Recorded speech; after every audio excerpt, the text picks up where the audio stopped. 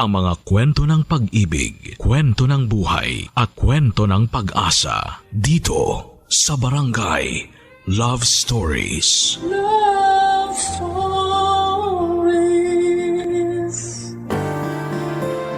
Ang pusong mapagmahal ay hindi mapangmata.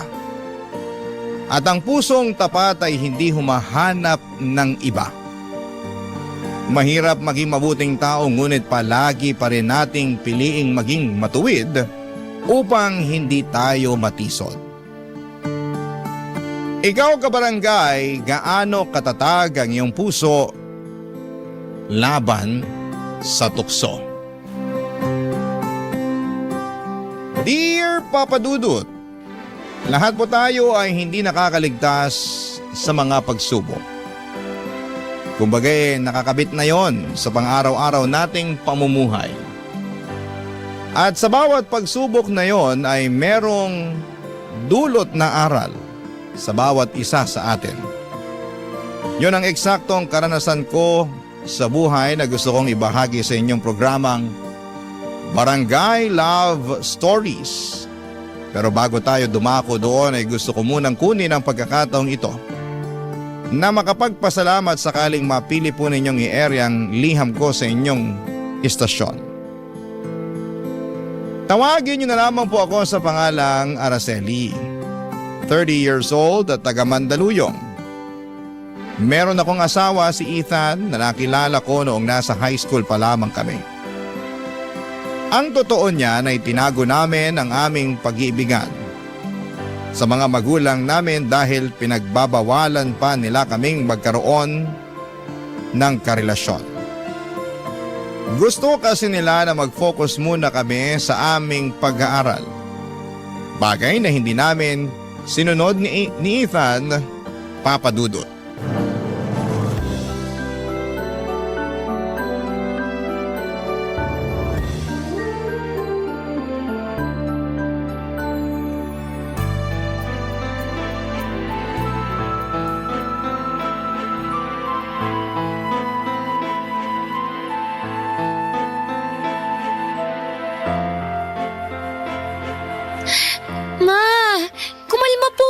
Please naman Ano? Paano ako kakalma? Sige nga. Sabihin mo, paano? Baka po mapano kayo, Aling Vicky. Baka po atakihin kayo sa puso niyan. Atakihin talaga ako sa puso pagkatapos ko kayong mahuli na magkatabi sa kama habang naghahalikan ng anak ko, Ethan. Pasensya na po kayo. Ano magagawa ng pasensya mo, ha? Ma, wala naman po kaming ginagawang masama ni Ethan. Anong wala? Hindi pa ba masama yung bagay na yon? Bakit kayo naghahalikan? Sige nga. Bata-bata nyo pa, tapos ginagawa nyo na yon? Pasensya na po kayo, pero hindi lang po talaga namin napigilan yung sarili namin. Tama po si Araceli. Nadala lang po kami ng damdamin namin. Ay, ayan. Ayan na nga bang sinasabi ko. Ay, teka nga. Sabihin mo nga sa akin, Araceli. Kayo na ba ni Ethan? Boyfriend mo na ba siya? Ha? Wag na wag kang magsisinungaling sa akin. Dahil dinadagdagan mo lang kasalanan mo. Ethan, tinatanong tayo ni Mama. Huh? Anong ha? Tinatanong tayo ni Mama kung boyfriend na raw ba kita? Opo. Boyfriend niya na po ako. Boyfriend po ako ni Araceli. Ay, anak naman talaga to ng 7 kalabaw! Ang babata niyo pa! Hindi na po kami bata. Anong hindi? 15 anyos ka pa nga lang, tapos 16 naman niyang si Ethan. Ikaw naman, Ethan. Alam ba ng mga magulang mo ang bagay na to? Sabihin mo! Hindi po. At nagkasundo pa talaga kayo sa paglilihim sa amin? Umamin nga kayo. Gano'n na kayo katagal, ha? Bago lang po. Ngayong araw nga lang po eh. Ay, talaga naman! Pero ano? Pero matagal na po namin gusto ni Ethan ang isa't isa.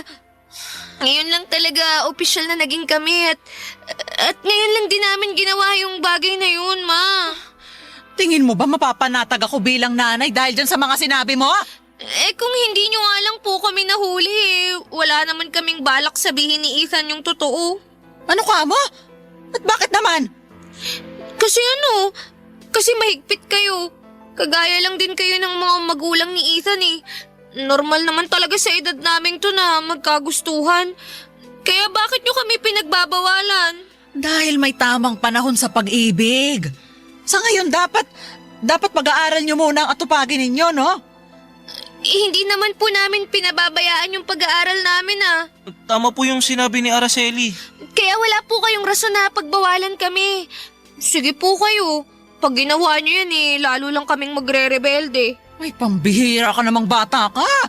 Ako pa talagang tinakot mo, ha? Baka nakakalimutan mo kung sinong nanay sa ating dalawa rito. Hindi ko po nakakalimutan yun. Aba, dapat lang. Dahil ipapaalala ko sa iyong muli na anak lang kita at wala kang karapatan na pagsalitaan ako ng ganyan. At ikaw naman, Ethan. Po. Umuwi ka na muna sa bahay ninyo. Ha? At maghanda ka dahil pupuntahan ka namin doon ni Araceli para kausapin ng mga magulang mo. Napakabata pa ninyo pero masyado kayong magmamarunong. Papa Dudut, matindi ang sermon na inabot ko kay mama na para bang wala na akong ginawang matino. At ako na ang pinakapasaway na anak sa buong mundo. Ngunit hindi ko naman masisisi ang nanay ko kesyo medyo makulit nga talaga ako noong kabataan ko. Pareho kami ni Ethan na mapasok pero sa kabila ng lahat ay hindi naman namin pinabayaan ang aming pag-aaral. Dahil sa nangyari ay kinausap ng mga magulang ko si Ethan at humarap din ako sa mga magulang niya. At sinong mag-aakala na ang pangyayaring yon pala ang magiging daan upang maging legal kami sa pamilya ng isa't isa.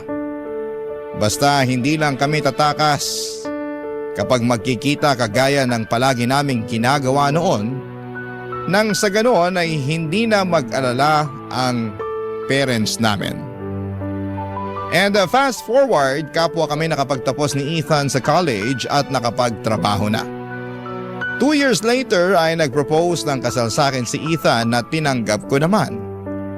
Nagpakasal kami sa simbahan at nabuntis ako.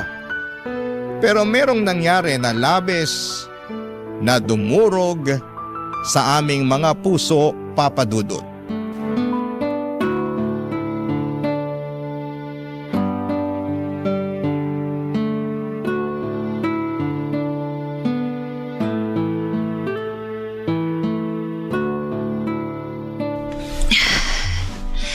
Salamat Kumusta na ang pakiramdam mo? Sigurado ka ba na ayos ka na? Oo, ayos na ako. Hindi ko nang mapigilan mag-alala lalo na kalalabas lang natin sa ospital. Ayos lang talaga ako pero malungkot pa rin ako Hindi ko pa rin matanggap na wala na yung anak natin, Ethan. Pinoproseso pa rin ng utak ko yung nangyari. Hindi pa rin kayang tanggapin ng puso ko na maaga siyang kinuha sa atin. Hindi pa nga natin siya nakikita Malungkot din ako. At nangihinayang kasi nga sobrang excited pa naman tayo sa pagdating ng baby natin. Kaya nga sorry. Sorry talaga kasi. Bakit ka ba humihingi ng sorry? Kasi pakiramdam ko, kasalanan ko kung bakit nawala sa atin ang anak natin. Paano mo naging kasalanan? Pareho naman nating hindi ginusto yung nangyari. Ewan ko. Hindi ko lang talaga mapigilang sisihin yung sarili ko. Sana kung masiningatan ko yung anak natin sa tiyan ko. Sana kung mas inalagaan ko siya. Sana hindi siya nawala sa atin. Alam ko naman na ginawa mo ang lahat Nating dalawa. Ginawa natin ang lahat para maging okay si baby. Sinunod natin yung payo ng doktor mo. Kitang-kita ko rin kung paano mo inalagaan yung sarili mo para maging malusog ang anak natin. Kaya lang wala Kahit na ginawa na natin ang lahat, nangyari pa rin ang bagay na yun. Pero di ibig sabihin nun, kasalanan mo na, Araceli. Di naman natin ginusto na mawala ang anak natin. Pero hindi ko alam kung paano makakausad. Ang sakit-sakit eh. Pakiramdam ko, nasa sinapupunan ko pa rin ang anak natin. Pag hinahawakan ko ang tiyan ko, nararamdaman ko pa rin yung tipok ng puso niya. Ethan, baka naman Baka ano? baka naman hindi talaga totoong nawala sa atin ang baby natin. Araceli, Baka hindi totoo na patay na siya. Baka nasa tiyan ko lang talaga siya, Ethan. sana nga totoo pero alam naman natin kung ano nangyari, di ba? Sinasabi mo bang nagsisinungaling ako? Na gumagawa lang ako ng kwento? Isa ako ang nakakaramdam eh. Ano bang alam mo? Akin yung kamay mo, dali. Ha? Bakit? Akin na sabi! Araceli, ano bang ginagawa mo? Bakit mo ba pinatong ang kamay ko dyan sa tiyan mo? Hindi mo ba nararamdaman ang anak natin? Andyan pa siya. Andyan pa siya sa tiyan ko. Wala na ang anak natin. Patay na siya, Hindi! Araceli. Hindi totoo yan! Hindi pa patay ang anak natin! Nagsisinungaling ka lang! Hindi pa patay ang anak natin! Hindi ba? Kasi nasa tiyan ko lang siya!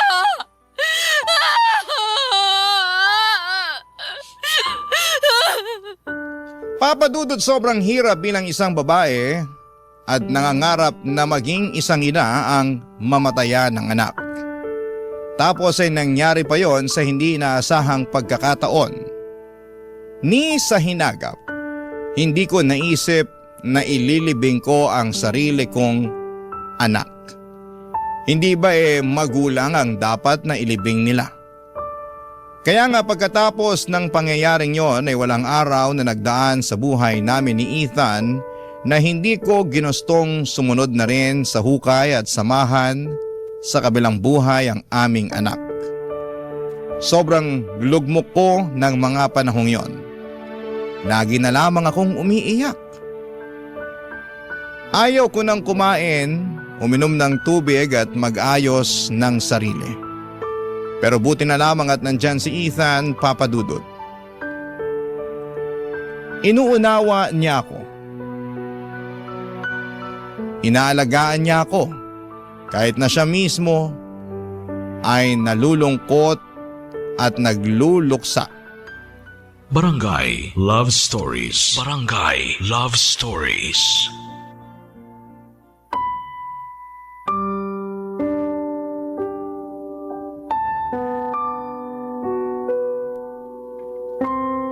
Papa Dudut, hindi madali ang magluksa. At hindi totoo na mabilis ka lamang makakausad lalo na kapag namatayan ka ng anak at mahal sa buhay. Araw-gabi mo silang hahanapin, iiyakan at hihilingin na kahit na sa huling sandali ay makita at makausap mo sila.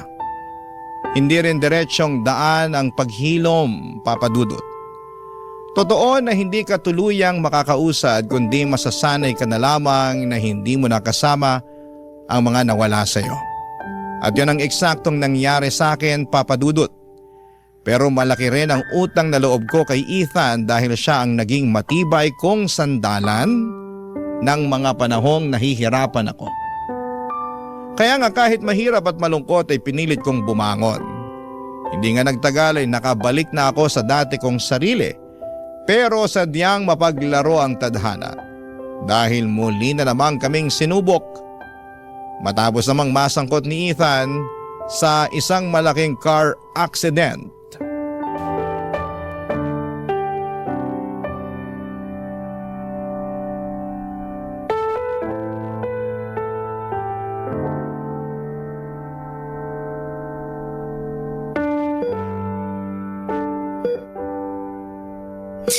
Ethan! Ethan, wag mo akong iiwan ha. Kumisip ka na kasi hindi ko kayang mag-isa. Natatakot ako.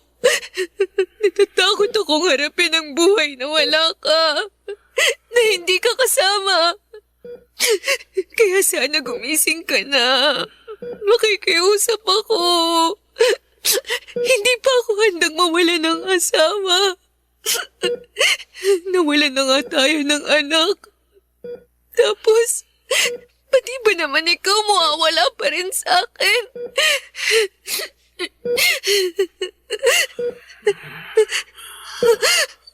Araceli, Ethan! Ethan, gising ka na! Teka, tatawag ako ng doktor! mamaya na. Mamaya na. Anong mamaya na? Baka... Ayos lang naman ako.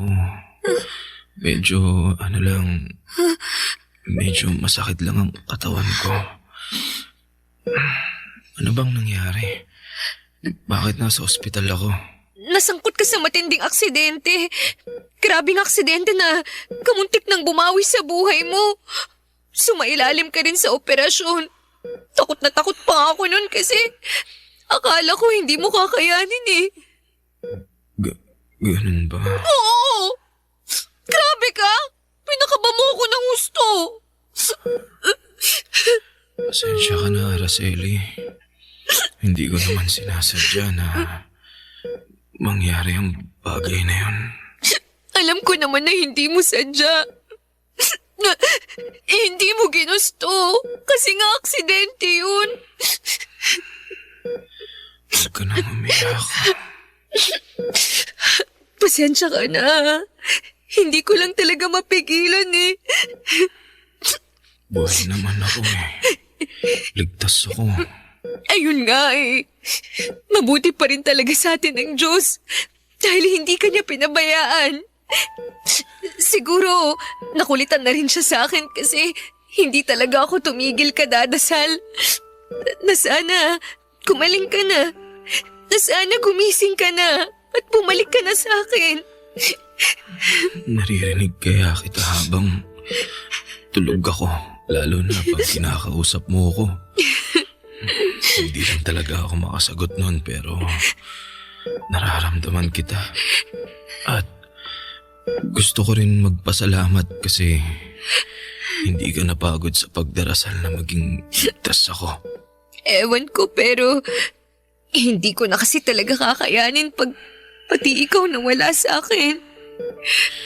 Hindi ako mawawala sa'yo. Hindi ko pa planong umalis sa mundo. Ayaw pa kitang iwan dahil marami pa tayong gagawin na magkasama. Marami pa tayong lugar na pupuntahan. Yung mga sinabi mo sa akin na gusto mong pasyalan dito sa Pilipinas at sa ibang bansa.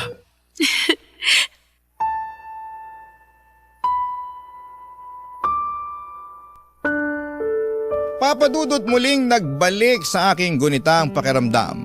Yung matinding takot at mawalan ng mahal sa buhay ang pinakamahirap kong pakiramdam. Kaya nga malaki ang pasasalamat ko sa may kapal dahil hindi niya kinuha sa akin ang pinakamamahal kong asawa. Nawala na nga kami ng anak tapos mauulila pa ako sa asawa.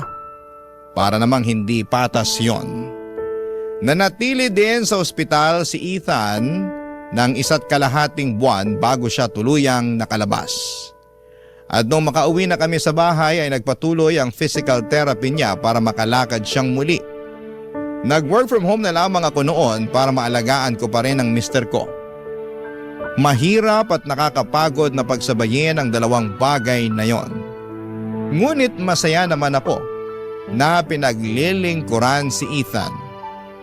Kaya lang meron pala akong hindi alam tungkol sa totoong nararamdaman ng aking asawa.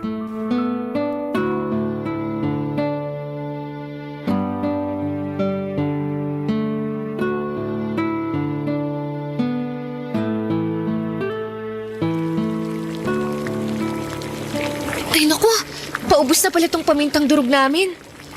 Buti pa makapaglista na ng bibilhin ko sa supermarket mamaya para isang lakaran na lang.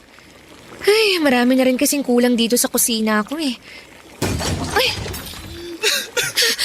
Ethan! Diyos ko, anong nangyayari sa'yo? Teka, patayin ko muna tong kalan at iwan ko muna saglit ang niluluto ko. Puntahan kita dyan!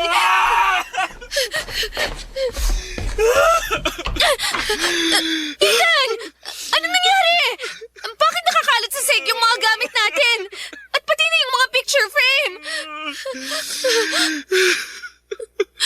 Tana, Ethan. Tana, nandito ako. Ha? Nandito na ako. Sabihin mo, ano bang problema, ha? Bakit ka umiiyak? May nangyari ba? Ha? Gusto ko sanang magbanyo pero hindi pa rin kaya ng mga binti ko na lumakad. Kahit simpleng pagtayo lang nanginginig pa ako. Kaya natumba ako tapos nasagi ko yung mga picture frame natin. Kung bakit kasi nakalagay dyan yan? Tingnan mo! Nagkabasag-basag tuloy! Sana, tinawag mo na lang ako dun sa kusina. Para naalalayan kita. Paano kita tatawagin eh? Nagluluto ka nga, di ba? Oo nga, pero pwede ko namang iwan saglit yun eh. Iiwan mo para lang samahan ako magbanyo? Oo. Ang dami mo nang ginagawa para sa akin, Araceli. Panahon na siguro para kayanin ko naman. Gusto kong tumayo ako sa sarili kong mga paa para di na ako masyadong umaasa sa'yo. Masyado na kitang naaabala eh. Ayos lang. Ayos lang naman sa akin eh. Pwes hindi sa akin. Dahil ayoko nagganito. Ano bang sinasabi mo, Ethan? Ano bang nangyayari? Naiinis ako sa sarili ko. Nagagalit ako dahil kailangan ko pang maaksidente. Kung hindi sana nangyari ang bagay na to, nakakapagtrabaho ko, di ba? Natutulungan sana kita at hindi kita napeperwisyo sa mga simpleng bagay na kaya ko namang gawin. Pero hindi. Hindi ko magawa dahil ganito ako. Baldado! Wala akong silbi! Hindi ka walang silbi, Ethan. Nagpapagaling ka pa. Kaya wag mong masyadong sisihin ang sarili mo. Hindi kasi yan makakabuti. Tsaka baka makasama pa nga. May mas isasama pa bang masamang nangyari na to sa akin? Ha? Kasi kung oo, aba sana mamatay na lang ako! Ethan! Huwag mong sabihin yan! Pasensya na. Hindi ko lang talaga mapigilan eh. Gabi-gabi, naiisip ko na sana mamatay na lang ako para matapos na rin tong paghihirap ko. Para wala ka ng pasanin. Para hindi mo na ako asikasuhin. Hindi naman ako nagrereklamo eh. Kaya hindi mo dapat isipin ang bagay na yan. Asawa kita, mag-asawa tayo, di ba? At tungkulin ko bilang asawa mo, naalagaan ka hanggang gumaling ka. Oo, nakakapagod. Pero ayos lang naman ako. Hindi nga ako nagrereklamo eh. Kaya dapat, imbis na ganyan ang isipin mo, mas pagtuunan mo ng pansin ang paggaling mo.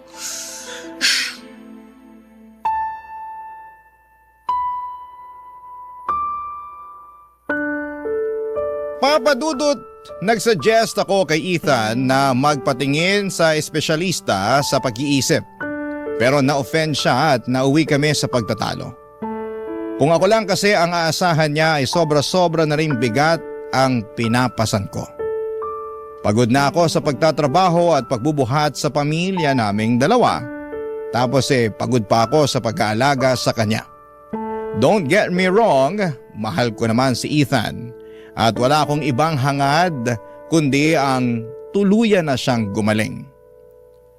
Kaya lang nang dahil sa kondisyon niyang yon, hindi lang ang kakayahan ni Ethan na makalakad at magawa, ang ibang bagay ang nawala sa kanya.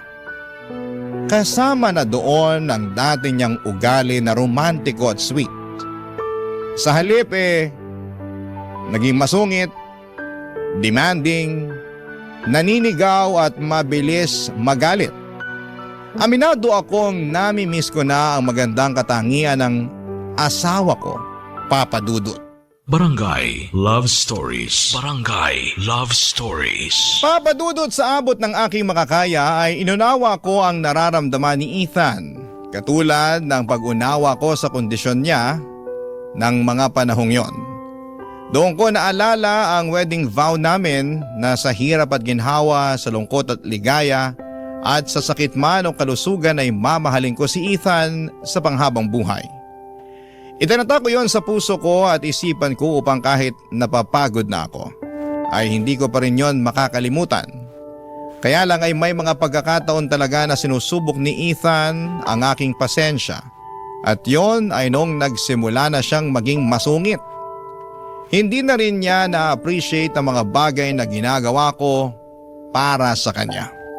Puro na labang siya reklamo at napapabayaan na rin niya ang pagiging asawa niya sa akin. Kahit na anong sabi ko na magpakonsulta na siya sa doktor at humingi kami ng tulong sa eksperto, mukhang bibig niya na hindi siya nasisiraan ng ulo.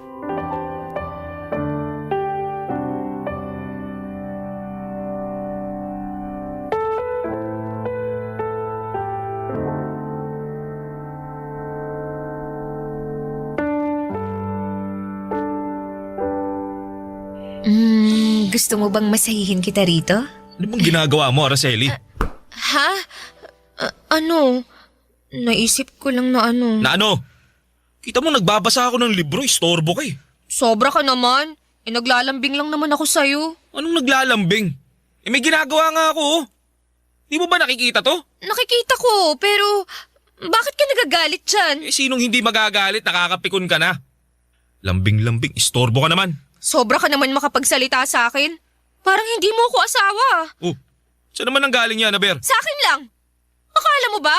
Hindi ko napapansin na nagbago ka na. Ano bang pagbabagong sinasabi mo? Bukod sa hindi pa ako maayos makalakad. Yung ugali mo?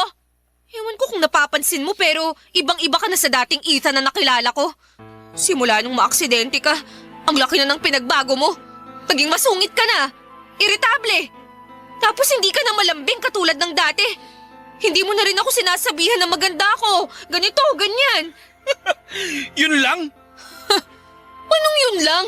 Yun lang yung basehan mo ng pagbabagong sinasabi mo, ha? Akala ko naman kung ano na.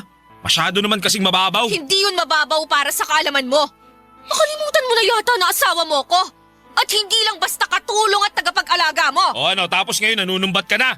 Akala ko ba hindi ka nagre-reklamo? Bakit may paganyan-ganyan ka na ngayon? Hindi naman ako nagre-reklamo, pero... Hindi raw. Yun na mismo yung tinutumbok mo. Saka gusto mo bang malaman kung bakit hindi ako malambing sa'yo katulad ng dati? Bakit? Kasalanan mo rin naman. Paano ko naging kasalanan? Nakita mo na ba yung sarili mo sa salamin? Kung hindi pa, ayun oh, manalamin ka. Tapos sabihin mo sa akin kung sinong gaganahan dyan sa pagbumukhang yan. Mukha ka ng losyang. Wala pa tayong anak pero daig mo pa yung may sandosenang anak na. Buti pa nga yung ibang mga nanay dyan eh. Marunong mag-ayos ng sarili ikaw. Ang pangit-pangit mo na. Anong sabi mo? Grabe ka naman magsalita. Grabe na akong grabe. Pero nagsasabi lang naman ako ng totoo. Nakakasama ka ng loob. Ang sakit-sakit ng mga sinabi mo sa akin. Hindi mo man lang naisip yung mararamdaman ko. Sinabi ko yun sa'yo para matuto kang mag-ayos ng sarili mo. Magpaganda ka naman. Gawin mong kaakit-akit yung sarili mo sa paningin ko para ganahan ako't matuwa. Yung ganyan. Masyado kang emosyonal. Kala mo inaano kita. Nagtataka ka mo kung bakit hindi na ako katulad ng dati, di ba? Yan. Yan ang dahilan. Yan ang sagot ko. Napakasama mo, Ethan. Hindi mo man lang naisip na kaya ako nagkakaganito nang dahil din naman sa'yo. Ayoko sanang manumbat. Dahil hindi ako ganong klase ng tao. Kilala mo naman ako, di ba? Pero sumusobra ka na. Sa dinami-rami ng tao sa mundo, ikaw pa talaga na asawa ko ang magpaparamdam sa akin na mababa akong klase ng tao. Ang sama-sama mo, Ethan! Papadudot, sobrang sakit ng mga sinabi ni Ethan sa akin ng mga panahong yon. Kasabay noon ay bumaba talaga ng husto ang tingin ko sa aking sarili. Pakiwari ko ay napakawalang kwenta kong tao dahil hindi na nakakaramdam ng ligaya at pagkaakit ang asawa ko sa tuwing nakikita niya ako. Naawa tuloy ako sa aking sarili, Papadudot. Sa isipan ko ay hindi ako magmumukhang losyang kundi dahil sa kanya. Kung hindi ko sana kailangang isubsob ang sarili ko sa pagtatrabaho para may panggastos kami sa pang-araw-araw, pampagamot niya at habang inaalagaan siya hindi ko mapapabayaan ang sarili ko. Kung wala sana akong asawa na kagaya ni Ethan ay hindi ako maghihirap ng ganito. Kaya ang kapal naman ng pagmumukha niya na insultuhin niya ako. Dahil sa damdamin kong yon at kawalan ng pagmamahal mula sa Mr. ko Natukso ako, Papa Dudut. Pumatol ako sa bayarang lalaki upang masatisfy ang pangangailangan ko bilang isang babae. Hindi lang yon ang isang beses nangyari kundi maraming beses.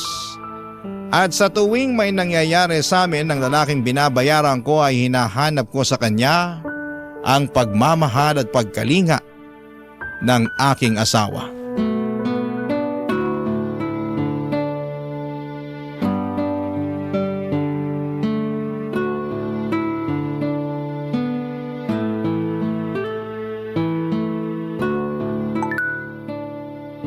Sino kaya itong nag-chat?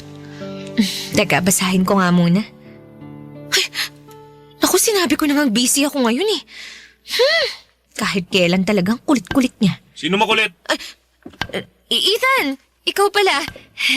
Ay, teka, kaya mo na bang maglakad? Gusto mo tulungan kita? Sandali lang Wag na. May tungkod naman ako eh. Kaya ko na sarili ko. Uupo muna ako rito sa sofa. Galing akong kusina eh. Di mo pa sinasagot yung tanong ko ha. Sino yung makulit na kachat mo? Ha? Ay, wala to. Kaibigan ko lang. Babae o lalaki? Ha? Tinatanong kita kung babae o lalaki ang kaibigan mong makulit. Babae. Babae. Sa tingin mo maniniwala ako sa'yo? Ha? Ano bang sinasabi Huwag mo? mo na nga akong gawing tanga, Araceli.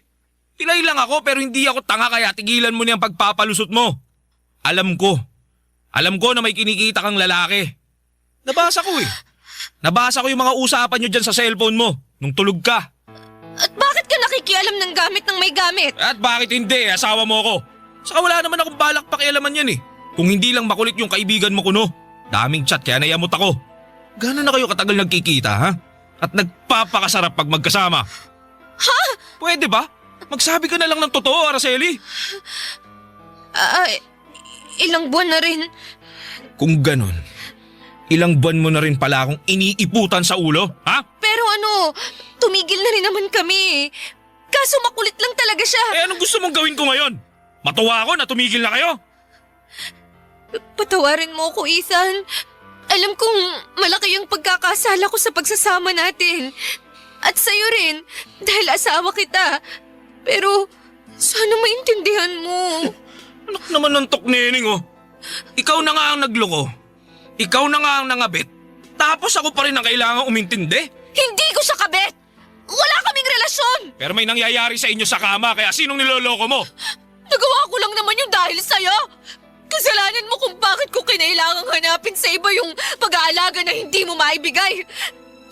Kung trinato mo lang sana ako ng maayos. Kung hindi ka lang sana nagbago, edi hindi ko gagawin ang bagay na yon. Talaga naman! Naririnig mo ba yung sarili mo ha? Oo! Naririnig ko! Eh ikaw ba? Narinig mo ba ang sarili mo nung walang habas mo akong sinabihan na pangit ako? Na hindi na ako kaakit-akit? Kasi kung oo, sana maisip mo na malaki ang kasalanan at pagkukulang mo sa akin! Pero maling-mali pa rin na humanap ka ng iba! Alam ko! Kaya nga tinigil na namin, di ba? Alam kong mali, kaya nakukonsensya ako at nagsisisi na ako sa nagawa ko. Tawarin mo ako, Ethan. Patawarin mo ako sa pagkakasala ko sa pagsasama natin. Walang kapatawaran niyang ginawa mo sa akin! At bakit wala? Kapag kaming mga babae ang nagkakamali, turing niyo sa amin parang kriminal. Walang bait sa sarili, pakawalang babae, malandi, makate. Pero kayong mga lalaki, pag kayo ang nagloko, normal lang. Kasi mga lalaki kayo, ganon. Parang hindi naman yata patas ang mundo.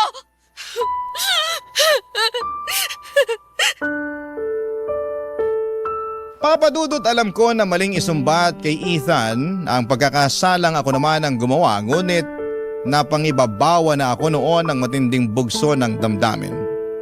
Hindi na ako nakapag-isip ng tama kaya naman nasabi ko ang mga katagang yon. Ngunit batid ko naman sa aking sarili na kahit kailan ay hindi maitatama ng mali ang isa pang pagkakamali. Kaya nga sinabi ko na lamang kay Ethan na gusto ko nang makipaghiwalay.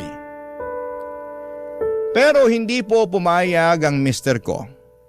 Ayaw niya akong makatakas. Sa araw-araw na lang na ginawa ng Diyos, pinaparamdam sa akin ni Ethan na isa akong makasalanang babae. Hirap na ako, Papa Dudut, at bagaman alam kong wala akong karapatang magreklamo dahil kabayaran lamang ito sa kasalanan ko, pero hindi ko pa rin mapigilang mapatanong sa aking sarili kung deserve ko ba ang ganitong klase ng buhay. Sana po ay mapayuhan ako ng mga kabarangay natin kung ano ang dapat kong gawin. Maraming salamat sakaling mapili po ninyong i-area ang storya ng buhay ko. God bless and more power sa Barangay Love Stories. Ang inyong kapuso at kabarangay forever, Araceli. Nalilito pa rin sa live ang ating kabarangay. Ano kaya ang maipapayo mo sa kanya? Ibahagi mo yan sa ating comment section para mabasa rin niya. Ang mga kwento ng pag-ibig, kwento ng buhay at kwento ng pag-asa dito sa Barangay Love Stories. Love Stories. Ang pagiging magulang ay isang panghabang buhay na tungkulin. At kahit na tumanda na ang mga anak natin ay hindi pa rin pwedeng mawala ang pagiging magulang natin sa kanila. Ikaw, kabarangay, anong klaseng magulang ka sa iyong mga anak? Dear Papa Dudut, magandang araw po sa inyo at sa mga masusugid ninyong tagapakinig. Ako po si Limuel, 35 years old at isa sa mga libo-libo ninyong kabarangay dito sa Caloocan. Netong taong ko lamang nadiskubre ang Barangay Love Stories noong minsang nakapakinig ako ng isa sa mga kwento ninyo na umere habang nasa taxi ako pauwi sa amin. Tapos isang araw ay naisipan ko magpadala ng sulat sa inyong istasyon upang ibahagi ang istorya ng pag-iibigan namin ni Stella. Bale, nagkakilala kami noong nasa high school pa lamang kami. Pareho kasi kami ng organisasyon na sinalihan at iyon ang naging daan upang maging malapit ang loob namin sa isa't isa. Mataas ang pangarap ni Stella sa buhay, Papa Dudut. Gusto niyang kumuha ng kurso sa pag-aabogasya. Kaya lang merong nangyari bago pa man din kami makapagtapos.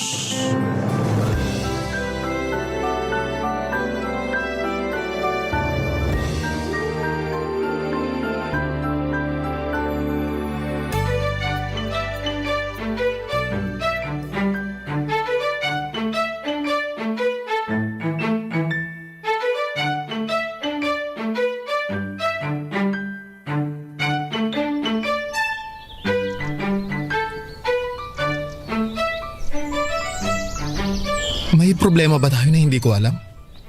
Wala. Meron. Stella naman. Limuel, buntis ako. Teka, anong sinabi mo? Buntis ako. Kumpirmado na ba yan? Oo. Kanina, sumubok akong mag-pregnancy test.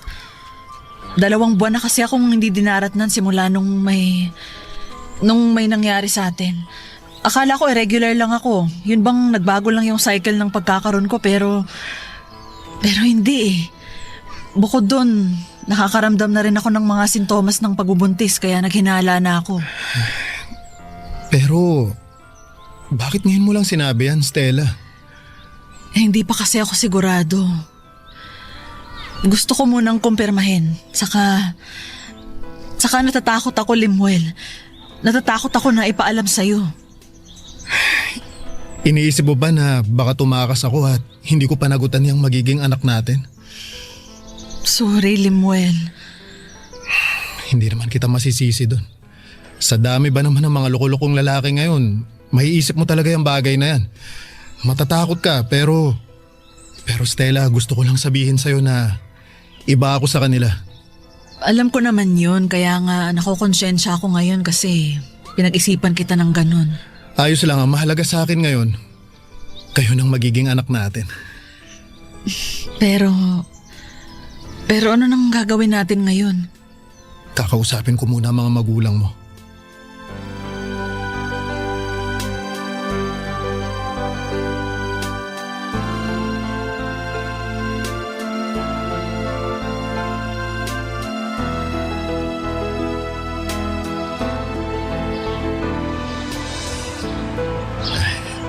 Tito, tita, pinapangako ko po na pananagutan ko ang inyong anak. Hindi ko po siya tatakasan. At magsisikap po ako para mabigyan ko si Stella ng magandang kinabukasan. Sila nang magiging anak namin. Napag-usapan po namin ni Lemuel na hihinto muna kami pareho sa pag-aaral. Ako para matutukan ng pagbubuntis ko, tapos si Lemuel maghahanap naman po siya ng trabaho. Opo, tama po si Stella. At may plano ka pa bang bumalik sa pag-aaral pagkapanganak mo, anak? Opo, ma. Sana gustuhin mo pa kasi mahirap maging nanay. Baka nga maubos lang ang oras mo sa pag-aalaga sa anak ninyo. At sana kayanin mo rin, Lemuel. Dahil hindi biro ang maging padre de pamilya. Mahirap magtaguyod ng anak at asawa lalo na sa edad niyong yan. Opo, kakayanin ko po at gagawin ko ang lahat. Hindi po ako susuko kahit na mahirapan ako. Pangako po yan.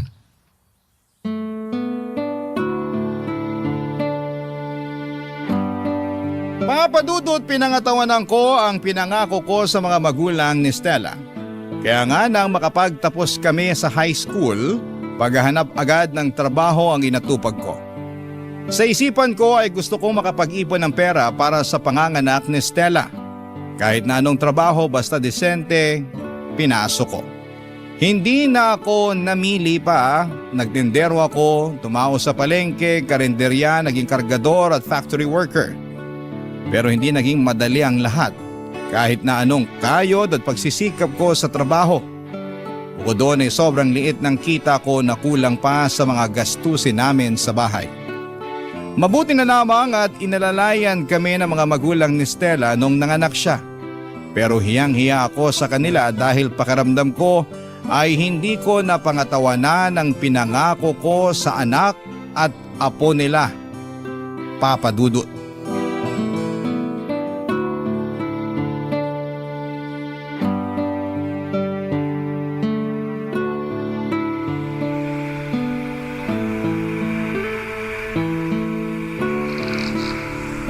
Mahal, pwede bang mag-usap tayo? Oo naman. Tungkol saan ba yung pag-uusapan natin? Tungkol sa atin. Ang totoo, nahihiya na ako sa mga magulang mo kasi hanggang ngayon, eto, nakikitara pa rin tayo dito sa bahay nila. Bakit ka naman mahihiya? Nag-aabot ka naman ng ambag para sa mga bayarin dito sa bahay. Oo, pero pakiramdam ko kulang pa rin yun. At madalas, sila ang sumasalo ng mga gastusin. Buti nga mababait yung mga magulang mo kahit kailan. Hindi ako nakarinig ng reklamo sa kanila. Tapos mahal na mahal pa nila yung anak natin kaya malaki talaga ang pasasalamat ko sa kanila. Pero syempre naman, iba pa rin kapag nakabukod na tayo. Pangarap ko sa inyo yan ang anak natin eh. Pangarap ko rin naman yan. Pero sa ngayon, alam ko na hindi pa natin kaya. Oo nga eh. Salit ba naman ang kinikita ko? Madalas, sapat lang at kung minsan, kulang pa nga para sa atin. Tapos lumalaki na rin yung anak natin. Napag-isip-isip ko na hindi pwedeng habang buhay na ganito ako. Ano bang sinasabi mo? Anong ganyan ka lang? Na mababa ang kinikita. Paano ko na lang matutupad yung pinangako ko sa mga magulang mo nun kung hanggang ngayon iipon sa bangko wala pa tayo. Natupad mo naman ang mga pangako mo sa kanila. Tinaguyod mo nga kami ng anak natin, oh. At nagsisikap ka. Oo, pero nakukulangan pa rin ako eh. Mahal, ano bang ibig mong sabihin? May gusto ka bang tumbukin sa usapan nating to, ha? Oo, Stella, meron. Kung ganun, sabihin mo na. Pangako, makikinig ako. Ganito kasi, inalok ako ng kaibigan ko na magtrabaho sa ibang bansa. Gusto ko sanang subukan para makapag-ipon tayo ng pera para sa kinabukasan ng pamilya natin. Saang bansa ba yan, mahal? Sa Saudi sana. Hindi ba mapanganib dun? Kahit saan naman mapanganib basta dodoblehin na lang ang ingat. Pero paano kami ng anak mo? Mapapalayo ka sa amin, Lemuel. Oo, alam ko, Stella. Ayaw ko rin naman na umalis, kaya lang kung mananatili ako dito sa Pilipinas, lalong babagal ang pag-asenso natin. Sa liit ng kinikita ko rito, di tayo agad makakapag-ipon para sa pag-aaral ng anak natin. Ayoko naman na iaasa pa rin sa mga magulang mo ang bagay na yun, mahal. Grabe yun. Naiintindihan ko naman, pero hindi ko lang din talaga mapigilang matakot para sa kaligtasan mo pagdating mo dun sa Saudi. Pangako, mahal. Lagi ako mag-iingat. Mabilis lang naman yung mga araw Hindi na lang natin mamamalayan na tapos na pala ang kontrata ko doon tapos pauwi na ako sa inyo rito sa Pilipinas. Sana nga. Basta, palagi kang mag-iingat dun at wag mo kaming kalilimutan ng anak mo rito, ha? Oo naman. Kayo talaga ni Maika ang inspirasyon ko at tanging dahilan kaya ako magsasakripisyo. Pangako, babalik ako rito sa atin at pagkatapos, hindi na tayo magkakahiwalay.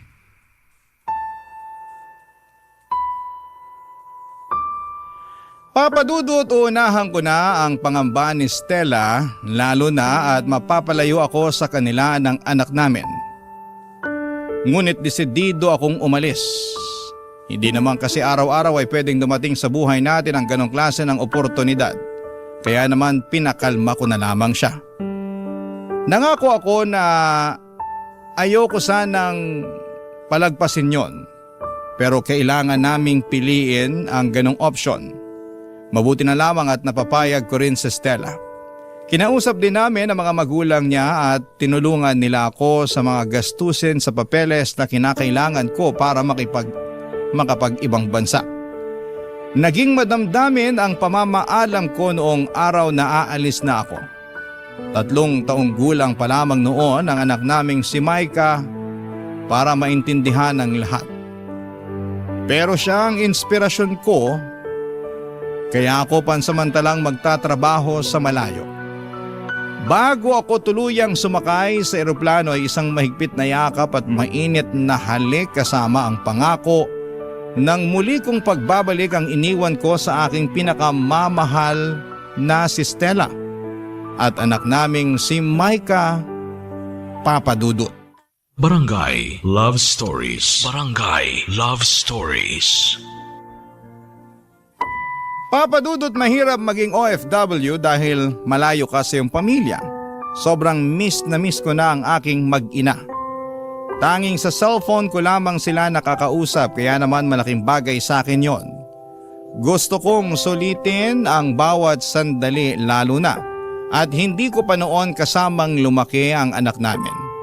Pakaramdam ko ay marami akong utang at pagkukulang sa kanya. Pero akala ko pagkatapos ng 3 taon na kontrata sa ibang bansa ay makakauwi na ako sa Pilipinas. Pero hindi pa rin pala. Dahil kulang pa ang naipon namin para makapagbukod kami ng bahay ni Stella.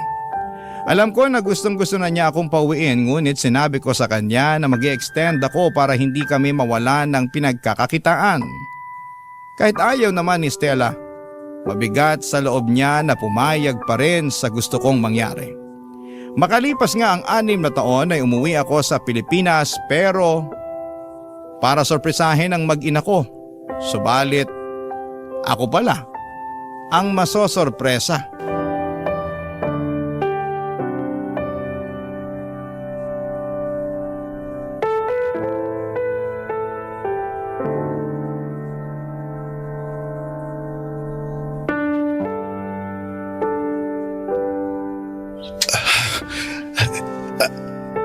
Anong sinabi mo? Baka naman nagbibiro ka lang, mahal. Mahal, pakiusap. Sabihin mong nagbibiro ka lang kasi hindi ko matatanggap yung sinabi mo. Sana nga nagbibiro lang ako pero hindi. Hindi ako nagbibiro, mahal. May cancer ako. Ayan o. Tingnan mo, basahin mo yung nakasulat dyan sa papel. Ano to? Resulta yan ng biopsy sa akin.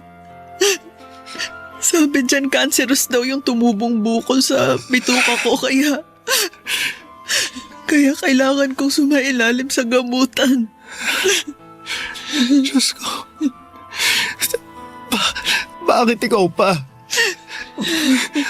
Bakit sa'yo pa, mahal? Marami namang masasamang tao yung pwedeng tamahan ng sakit na to. Bakit ikaw pa? Bakit sa'yo pa? Hindi ko rin alam. Hindi ko rin talaga alam ang sagot sa tanong mong yan, mahal. Simula nung malaman ko yung resulta ng pagsusuri sa akin, at hanggang ngayon hindi pa rin ako makapag-isip ng matino. Katulad mo, gulong-gulo yung isip ko. Marami akong tanong sa Diyos, kagaya ng mga tanong mo, pero mas nanaig sa akin ang matinding takot. Mahal, napakabata pa ng anak natin si Micah para mawalan ng nanay. Hindi mangyayari yun. Hindi mawawalan ng nanay ang anak natin. Hindi. Sana nga hindi. Pero baka nakakalimutan mo, cancer ang kalaban natin. Traidor ang sakit na to at konti lang ang gumagaling dito. Alam ko. Pero kailangan pa rin nating manalig sa Panginoon habang nakikipaglaban sa sakit na yan. Oo. Konti lang ang gumagaling pero meron pa rin gumagaling, mahal. Kaya nga kahit maliit na tsansa lang, gusto ko ilaban pa rin natin ang pagpapagamot mo. Ha, mahal? Ayaw ka naming mawala ng anak natin, mahal. Ayoko pa rin namang mawala eh. Marami pa tayong gagawin, di ba? Pag umuwi ka na talaga rito sa atin, pag hindi mo na kailangan bumalik sa ibang bansa para magtrabaho, di ba sabi mo marami tayong gagawin. Oo, mahal. Marami tayong lugar na pupuntahan kasama yung anak natin. Sabi mo, mahal, mabawi ka pa sa amin ni Micah, di ba? Oo, mahal. Oo. Marami pa tayong gagawin. Kaya nga lumaban ka. Kaya dapat talaga kayanin mo. Huwag kang mag-aalala kasi ako na ang bahala. Ipapagamot kita. Sisiguraduhin ko na gagaling ka. Mahal. Papa Dudut, sobrang sakit na malamang merong malubhang karamdaman si Stella. Hindi yon ang klase ng sorpresa na inaasahan ko pag uwi ko sa amin. Ni sa hinagap ay hindi ko naisip na posibleng mangyari ang bagay na yon. Kaya nga lalo akong nagsikap na magtrabaho para matustusan ang pagpapagamot ng aking pinakamamahal na si Stella. Habang nasa Pilipinas ako ay nagpakasal kami ni Stella sa huwes at kahit na malungkot ang muli naming pagkikita, para sa akin ay pinakamasaya pa ring pangyayari. Ang sa wakas ay napakasalan ko na ang babaeng pinakamamahal ko. 3 buwan lamang akong nanatili sa Pilipinas bago ako bumalik sa ibang bansa at naging sobrang lungkot at madamdami na naman ang pag-alis ko. Katulad nung unang beses akong umalis, nangako ako kay Stella na magbabalik ako. At nangako rin siya sa akin na maghihintay siya sa aking pagbabalik. At kahit na may takot sa dibdib dahil baka yun na ang huli naming pagkikita, tinuloy ko pa rin ang pag-iibang bansa. Kaya lang ay makalipas ang higit 1 taong pakikipaglaban ni Stella sa kanyang sakit, ay tuluyan na siyang inagaw sa amin ang kamatayan. Hindi ako nakauwi kaagad noon at kinailangan ko pang magmakaawa sa amo ko para namang payagan akong umuwi ng Pilipinas kahit na ilang araw lang.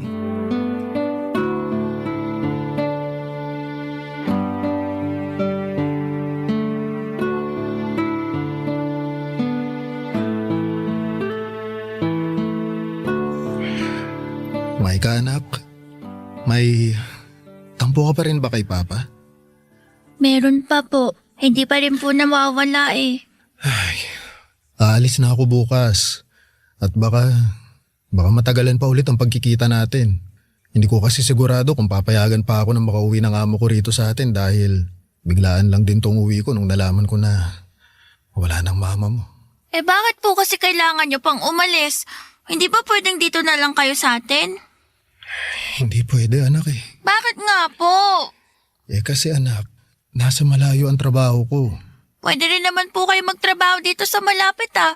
Yung tatay nga po ng kaklase ko dito lang nagtatrabaho kaya bakit hindi na lang po kayo dumito sa atin pa? Anak, gustuhin ko man pero malaki kasi ang pangangailangan natin sa pera eh. Lalo na naubos ang ipon ko nung nagkasakit ang mama mo.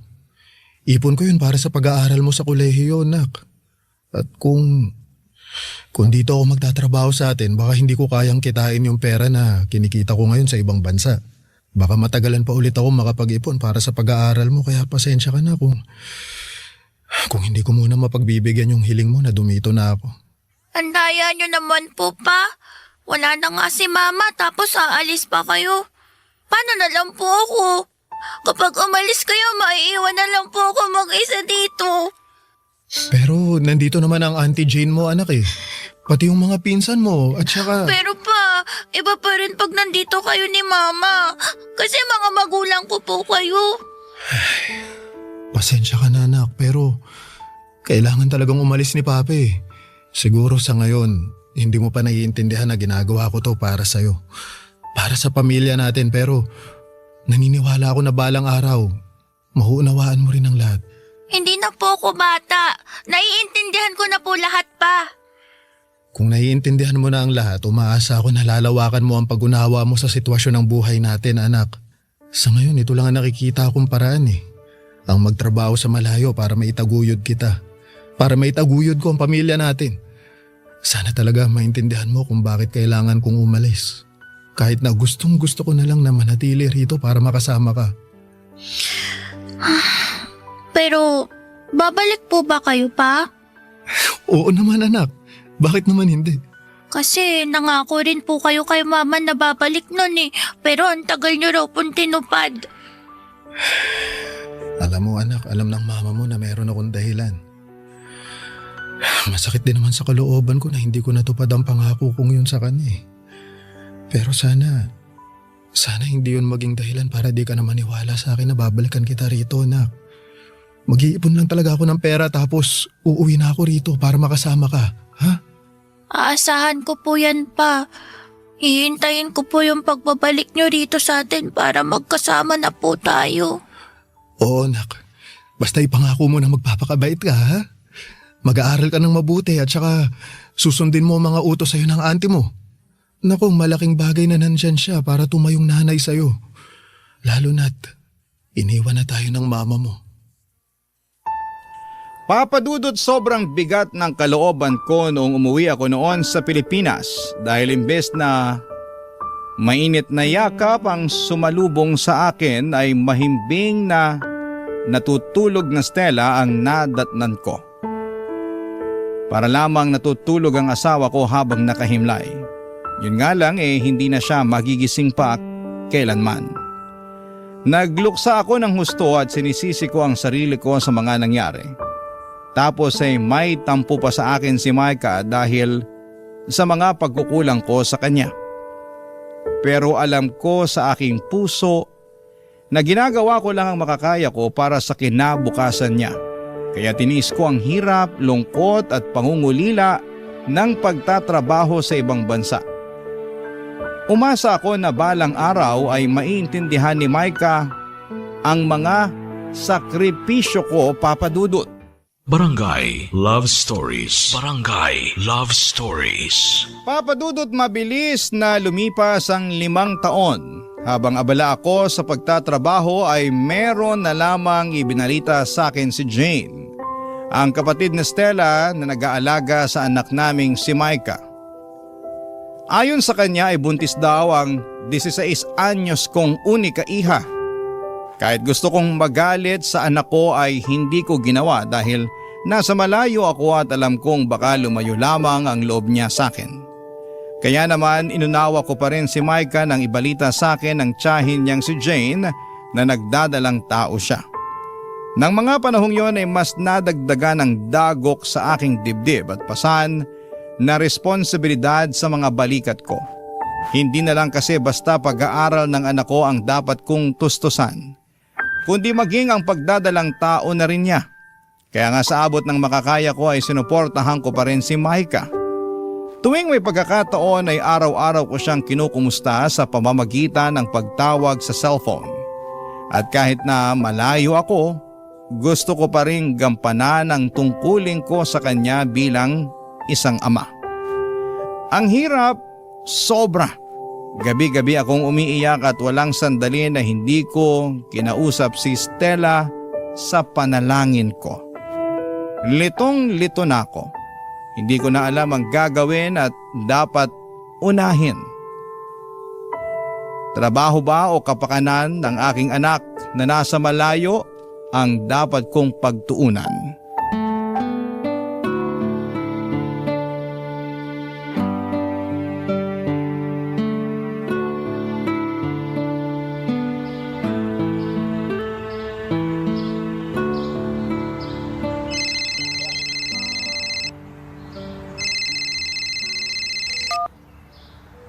O anak, napatawag ka. Pa, kailan po ba kayo uuwi rito sa atin? Pasensya ka na anak pero hindi ko pa masabi. Hindi ko pa alam kung kailan. Bakit po? Hindi po ba kayo pwedeng magpaalam sa amo nyo? Naku, pag ginawa ko yun baka matanggal na ako sa trabaho. Naghigpit na sila rito. Hindi na pwedeng basta-basta umuwi ang isang trabahante sa bansa nila kung kailan nila gusto. Meron silang patakaran dito na dapat naming sundin. Ganun po ba? Oo na, kaya pasensya ka na talaga ha. Pasensya ka na kung hindi ko pa kayang pagbigyan yung gusto mo. Pero, pa, kailangan ko po kayo rito eh. O, bakit? May nangyari ba? Wala naman po. Sigurado ka ba, Micah? Opo. Pa, namimiss ko lang po talaga kayo eh. 5 taon na rin po simula nung huling beses tayong nagkita. Hindi naman po kayo nakauwi rito sa atin katulad nung pangako nyo sa akin nun, di ba? Pasensya ka na anak ha. Mahal niyo pa po ba ako, pa? Oo naman. Bakit mo naman natanong yan? Kasi parang hindi ko maramdaman yung pagmamahal niyo sa akin dahil malayo tayo sa isa't isa. Oo, alam ko naman po na nandyan kayo para magtrabaho pero kailangan ko rin naman ng papa ko lalo na ngayon na nabuntis ako. Hindi kasi ganun kadali ang gusto mong mangyari anak eh. Dahil babuntis ako at mas nadagdagan ng responsibilidad nyo? Akala ko po kasi kapag ginawa ko yun, pag nabuntis ako, makukumbinsi ko na kayong umuwi para alagaan ako at ang magiging anak ko. Pero nagkamali ako kasi lalo lang pala matatagalan yung pananatili nyo sa ibang bansa dahil kailangan nyo pa kaming tustusan ng magiging anak ko. Anak, nangyari na yon at wala na rin naman tayong magagawa para baguhin pa ang lahat. Nagkamali ka, oo. At nagkulang din ako dahil hindi kita nagabayan. Kaya nga ang tanging na lang nating magagawa panindigan yung pagbubuntis mo, anak. Kahit na nangangahulugan pa yun na matatagalan ulit ako sa pagbabalik dyan sa Pilipinas. Kasi ayan, kailangan kong suportahan ang panganganak mo at ang magiging apo ko sa'yo. Sorry po talaga pa. Sorry kasi naging mapusok ako. Sorry din po kung naging makasarili ako at padalos-dalos sa mga desisyon ko sa buhay. Kala ko lang po kasi yun yung tamang gawin para mapauwi ko na kayo at magkasama na tayo. Pero parang napalala ko palalo yung sitwasyon eh. Akala ko naiintindihan ko na talaga ang lahat kung bakit kailangan niyo magtrabaho sa malayo. Pero hindi pa rin po pala. Sorry po talaga pa. Hayaan mo na anak. Sigurado ako na kung buhay ang mama mo, mas gugustuhin mo na unawain kita kaysa pagalitan. Ayoko namang makapagsalita sa iyo ng hindi maganda dahil baka maging ugat lang yun ang paglayo ng loob mo sa akin. Kaya ayos lang. Hayaan mo na anak. Ang mahalaga, meron kang natutunan sa nangyari. Meron nga po at sobrang laking aral po nito para sa akin. Papa Dudut, alam ng Diyos na gustong gusto ko nang umuwi sa Pilipinas para maalagaan ang aking anak. Pero takot ako na bumalik sa umpisa sakaling hindi ako agad makahanap ng mapagkakakitaan pag uwi ko sa bansa natin. Ayoko na mawalan kami ng pera ni Micah lalo na at kailangan kong pag-ipunan ng panganganak niya. Kaya lang merong nangyari na hindi inaasahan, Papa Dudut. Pagkatapos kasi ng pag-uusap namin yon ng anak ko ay hindi na ulit ako nakatanggap ng tawag mula sa kanya. Kapag kinukumusta ko siya sa Auntie Jane niya ay sinasabi lang nito na maayos naman daw ang kalagayan ng anak ko. Bukod doon ay dumalas ang pananaginip ko kay Stella. Hindi ko alam kung ano ang kahulugan noon ngunit may isang beses na sinabi niya sa akin sa panaginip ko na kailangan daw ako ng anak namin. Tandang-tanda ko pa na nagising na lamang akong pawisan at kabado. Natakot ako at agad kong naisip si Micah. Doon ako nagdesisyon na umuwi sa Pilipinas nang hindi pinapaalam sa pamilya ng namayapa kong asawa. At tama nga ang kutob ko, hindi maganda ang kalagayan ni Micah. Naabutan ko siyang natutulog sa garahe ng bahay at hindi ko na napigilan pa ang aking matinding galit, Papa Dudut.